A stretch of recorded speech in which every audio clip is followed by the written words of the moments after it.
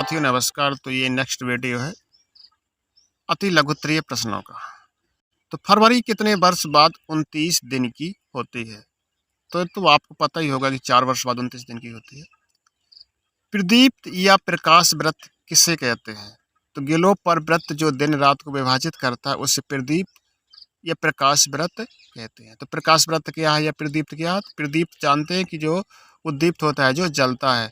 तो गिलोब यानी कि पृथ्वी के गोला पर जो दिन को अलग करता है और रात को अलग करता है, उसे प्रदीप्त या प्रकाश व्रत कहते हैं। क्योंकि प्रकाश दिन में होता है, अंधेरा रात में होता है, तो प्रदीप्त या प्रकाश व्रत यही है। अक्ष या धुरी किसे कहते हैं? तो जैसे पहिया को आपने देखा होगा, जैसे मोटरसाइकिल का पहिया या किसी का भी पहिया, तो एक निश्चित अक्ष पर लगा होता है, जहाँ वो जुड़ा होता है पहिया, वह उसका अक्ष कहते हैं।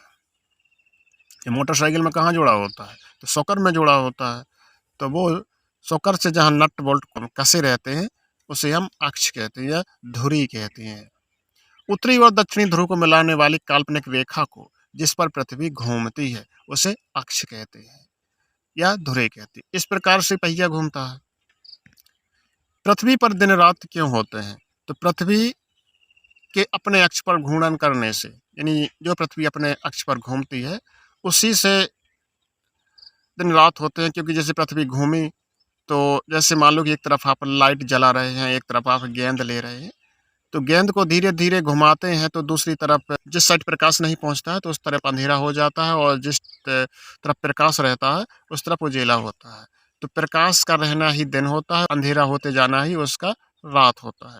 तो गेंद को स्वयं में अक्ष के सापेक्ष आप घुमाते जाएं तो उसमें एक तरफ छाया और एक तरफ उजाला उस पर रहता है। इस प्रकार से हम समझ लेते हैं। सूर्य की किरणें भूमध्य रेखा पर सीधी कब पड़ती हैं? तो भूमध्य रेखा पर सूर्य की किरणें हमेशा 21 मार्च को पड़ती हैं। ये तो याद रखना, 21 मार्च को जो सूर्य की किरणें हैं वो भूमध्य रेखा पर सीधी पड़ती हैं। विषुवत व्रत किसे कहते हैं, यानी विषुवत गोला किसे कहते हैं? उत्तरी एवं दक्षिणी ध्रुव के बीचों बीच, उत्तरी एवं दक्षिणी ध्रुव के बीचों बीच पृथ्वी के मध्य का भाग बनाने के लिए एक रेखा खींची गई, इसे विषुवत व्रत कहते हैं। यह व्रत पृथ्वी को बराबर भागों में बांटता है, आधा इस तरफ और आधा उस तरफ। विश्व का सबसे बड़ा महाद्वीप कौन सा है? तो ये तो एशिया है। भारत का कुल भौगोलिक क्षेत्रफल कितना है? तो ये 32,87,263 वर्ग किलोमीटर है।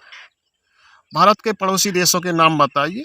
तो भारत के जो पड़ोसी देश है, चीन है, भूटान है, नेपाल है, बांग्लादेश, म्यांमार, श्रीलंका, पाकिस्तान और अफगानिस्तान। भारत की कुल स्थल सीमा कितनी है? तो ये 15,400 किलोमीटर है। भारत की कुल स्थल सीमा 15,400 किलोमीटर है। क्षेत्रफल के आधार पर भारत विश्व का कौन सा देश है?